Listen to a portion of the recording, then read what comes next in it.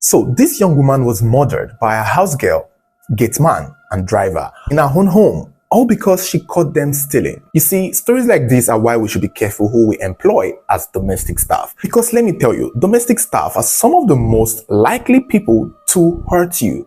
Because these are people you're not related to and you don't know, yet they have access to you. This incident happened in Ikoyi, Lagos around the 30th of July 2024. And there is something about this story that seems very familiar. Ikoyi, domestic staff, and a young rich woman. We've talked about something like this before, except it happened a long time ago. And that is the thing with neighborhoods like Ikoyi or all these wealthy estates where it's filled with mostly rich people who share compounds and who don't even know each other. Because when something tragic like this happened there, we don't get to hear about it for a while. And I think the only reason we're hearing about this story is because it involves the daughter of a popular justice in Nigeria, a popular judge. Now, according to the story, the young woman who goes by the name of Aribem Chukwu. Now, Aribem Chukwu was also a medical doctor working for the Maritime Administration and Safety Agency. And like we figured, she's also the daughter of a Nigerian judge, Justice Rita Ofila Ajumogobia. And in her home, it was said that 3 domestic staff were employed: a house girl, a driver, and a gate man. It's not clear if she employed these people at the same time, but apparently these 3 people became really close so fast. And there's a chance that they most likely knew each other before they came into that house. Just barely 10 days of hiring these domestic workers, she lost her life in their hands. And this is the tricky thing here, because her body was only found on the 31st of July 2024, outside of her gate, and it was clear that she had been stabbed. And when the police came, they questioned everyone on the domestic staff, and these people made it look like she had gone to answer the gate and somebody killed her from outside. They made it look like she was most likely killed somewhere else and came to her gate to die. Or they made it look like somebody killed her outside. And when the police started doing their investigation, they searched the house, and the house was pretty arranged, pretty neat. It did not look like there was a struggle or there was a fight. However, the police started noticing something in the bedroom. They noticed signs of blood around the house that were not cleaned properly, which meant that somebody had been killed in the house, and there were blood stains everywhere, and whoever killed her tried to clean these blood stains off, but failed to clean all the spots. And there's also one thing about blood stains, like if you're just going to use water and soap, there will be traces of them regardless. And certain ray of light could indicate these things and to make the police find what they are looking for. And I think this might be the case. And when the police found this blood stain, they interviewed the driver, the house girl, and the gate man all over again. And then they realized that they all had different stories. This was when the police figured that these 3 people know something that they are not saying. And obviously, for 3 of them to connive, to try to rob and steal from this woman and her family, and then eventually kill her, it meant that they had already prepared a story. It meant that they had already prepared what they would say ahead of time.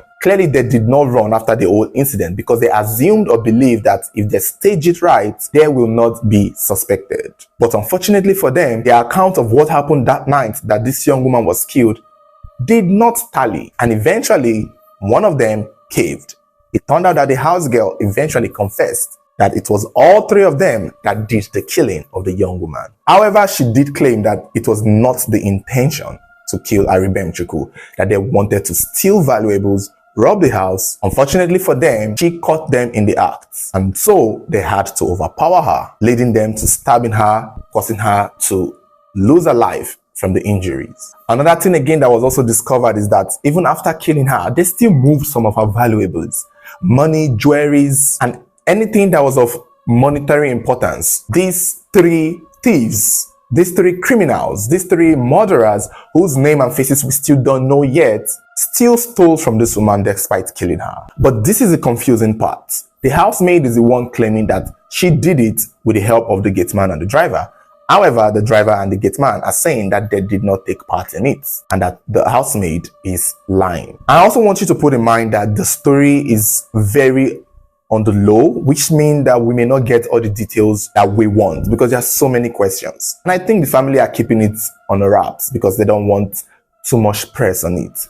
Obviously, they are grieving, so it will be too much pressure for everybody to have an opinion on this. But we have to still talk about it. Personally, for me, the fact that her body was brought to the gate and she was killed inside is everything I need to know that the driver and the gate man is involved. Because there's no how the house girl by herself will kill this young 30-year-old woman and then take her body to the gate to stage it like she was killed outside, and then she was the only one involved. It's not plausible in my opinion. Even if it was plausible, somebody would have seen something. The gate man would have seen something for the most part. The driver, if he lived in the compound, would have also seen something. And they would have said something before her body was discovered and before the police would get involved. But they kept quiet. They didn't say anything. And now they are claiming that they were not involved. I believe they were involved. We've seen this before. And this was the same case with the story we've talked about. The late Adiza Lantana Obo, who was killed in a similar manner in 1998 in Ikoyi, Lagos, by her domestic staff. Which is why I feel like this story is bringing back these memories of the Lantana Obo case. But for Lantana Obo, she was a single, rich, wealthy, first Nigerian female pilot living by herself who wasn't married but had about three domestic staff work for her. Although all her domestic staff were all men, which put her at a disadvantage, but yet we still see the same situation with Aribem Chuku, who maybe trusted a female house girl, but still that one turned on her and joined the boys club to have her murdered, all because they were trying to steal valuables. And that's the thing here. This is why I always feel like neighborhoods where these rich people stay so quiet. If you've gone to Ikoyi, you would know that that place is one of the most quiet neighborhoods ever. I don't know if it's the place that I went to, but Ikoyi is very quiet. Everybody there seemed to mind their business. And the only people who most likely would be communicating and making relationship would be maybe the house helps of each compound. Because all the rich people there are busy on their TV, on their laptops, at work, while the small folks are conniving, making relations, being friends, and then eventually when they want to quit, they obviously have to steal something from these rich people. And this is what happened with this Lantana Obo's case that happened in 1998. However, for Aribem Chuku's case, she had only just employed these people. 10 days. These ones, they didn't even wait to want to get fired or retire. Just 10 days of being employed, they struck hard and struck heavy, which makes me believe that they had planned this before they got to that employment.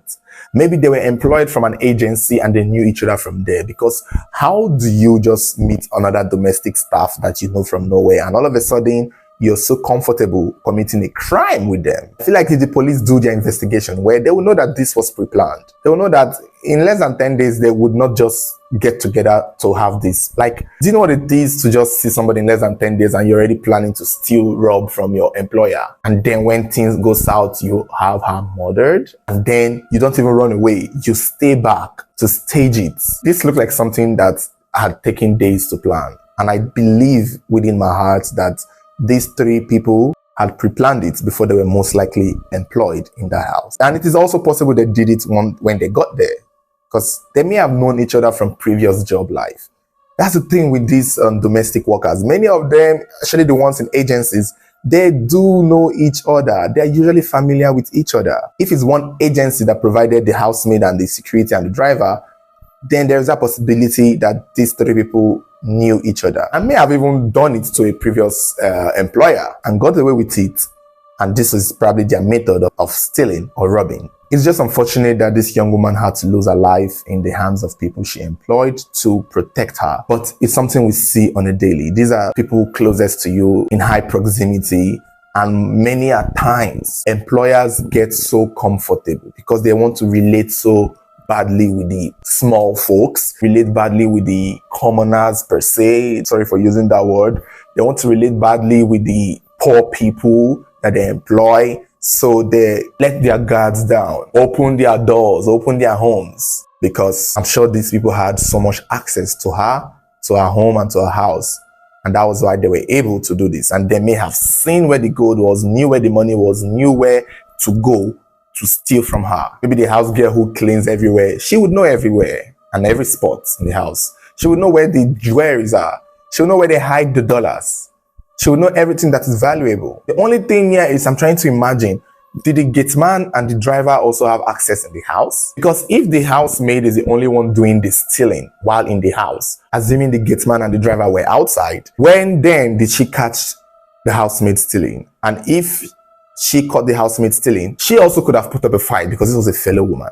But for the fact that they all connived to hold her mouth, hold her hands, and then stab her inside the house meant that not only the house help had access to the house, it's also possible the driver also had access to the house, and it's also possible the gateman had that same access for them to be able to overpower her and kill her. It's a similar story with Adiza Lantana Obo story, which you can find on our page, which is very sad.